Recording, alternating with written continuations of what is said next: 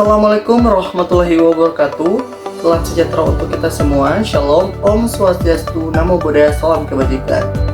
Sebelumnya, perkenalkan nama saya Muhammad Rizali Makalala dengan NIM 224124015. Saya adalah mahasiswa aktif dari Universitas Negeri Gorontalo, Fakultas Ilmu Sosial, jurusan Ilmu Hukum Kemasyarakatan, Program Studi Pendidikan Pancasila dan Kewarganegaraan. Baik, di video kali ini saya akan membuat tugas mata kuliah Hubungan Internasional dengan dosen pengampu Bapak Saleh Al-Hamid, SIP, MA.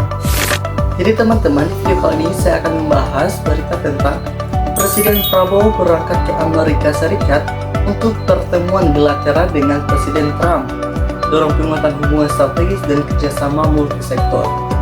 Nah, jadi teman-teman, kalau ketahui bahwa kunjungan kerja resmi Presiden Prabowo Subianto ke Amerika Serikat untuk bertemu dengan Presiden Donald Trump menjadi momentum penting dalam memperkuat hubungan bilateral kedua negara yang selama ini telah terjalin dalam berbagai sidang strategis. Pertemuan di Gedung Putih tersebut tidak hanya bersifat simbolis, tapi juga mencerminkan keseriusan Indonesia dalam memperkuat kemitraan globalnya di tengah perubahan dinamika politik dan ekonomi dunia. Hubungan antara Indonesia dan Amerika Serikat yang telah berlangsung lama kini diarahkan pada kerjasama yang lebih konkret, adaptif, dan berorientasi pada kepentingan jangka panjang kedua negara. Dalam bidang ekonomi dan perdagangan, pembahasan difokuskan pada peningkatan volume perdagangan bilateral, pengurangan hambatan tarif, serta penciptaan iklim investasi yang lebih kondusif.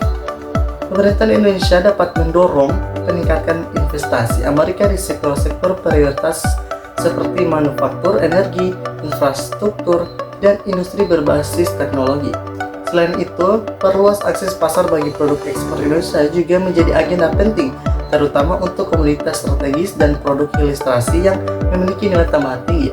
Langkah ini diharapkan dapat memperkuat daya saing nasional, sekaligus mendorong pertumbuhan ekonomi yang berkelanjutan. Kerjasama di bidang energi dan teknologi juga mendapatkan perhatian serius. Indonesia dapat membuka peluang kolaborasi dalam pengembangan energi terbarukan, termasuk tenaga surya, angin, dan transisi energi bersih sebagai bagian dari komitmen global terhadap pengurangan emisi karbon.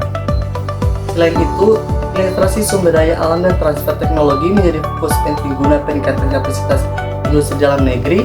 Kolaborasi diharapkan mampu mendorong modernisasi industri nasional serta mempercepat transformasi ekonomi berbasis inovasi.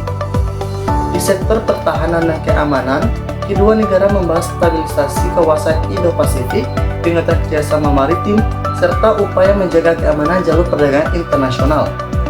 Indonesia juga sebagai negara kepulauan strategis memiliki peran penting dalam menjaga stabilitas kawasan, sehingga dialog dengan Amerika Serikat menjadi bagian dari upaya menciptakan keseimbangan dan perdamaian regional. Kerjasama pertahanan ini diarahkan pada peningkatan kapasitas, pelatihan, dan pertukaran informasi yang tetap berlandaskan prinsip kedaulatan nasional. Secara keseluruhan bahwa kunjungan ini menunjukkan komitmen Indonesia dalam menjalankan politik luar negeri yang bebas dan aktif, serta berorientasi pada kepentingan nasional.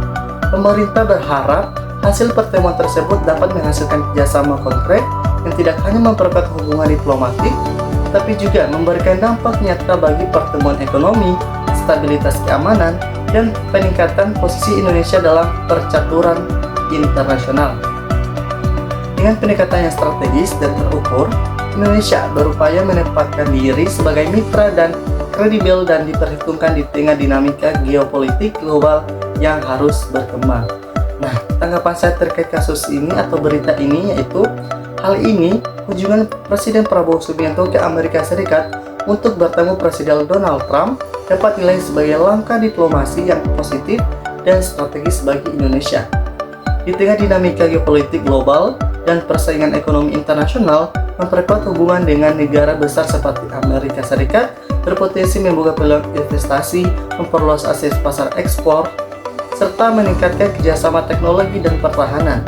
Namun demikian, pemerintah perlu memastikan bahwa setiap kesepakatan yang dihasilkan tetap berpihak pada kepentingan nasional, menjaga kedaulatan ekonomi, dan memberikan manfaat nyata bagi masyarakat. Dengan pendekatan yang seimbang dan terukur, kerjasama ini harus dapat menjadi momentum untuk memperkuat posisi Indonesia di tingkat internasional sekaligus mendorong pembangunan dalam negeri. Baik, itulah hasil penjelasan dari saya. Lebih kurangnya mohon maaf. Wassalamualaikum warahmatullahi wabarakatuh. Shalom, Om Sati Sati Om.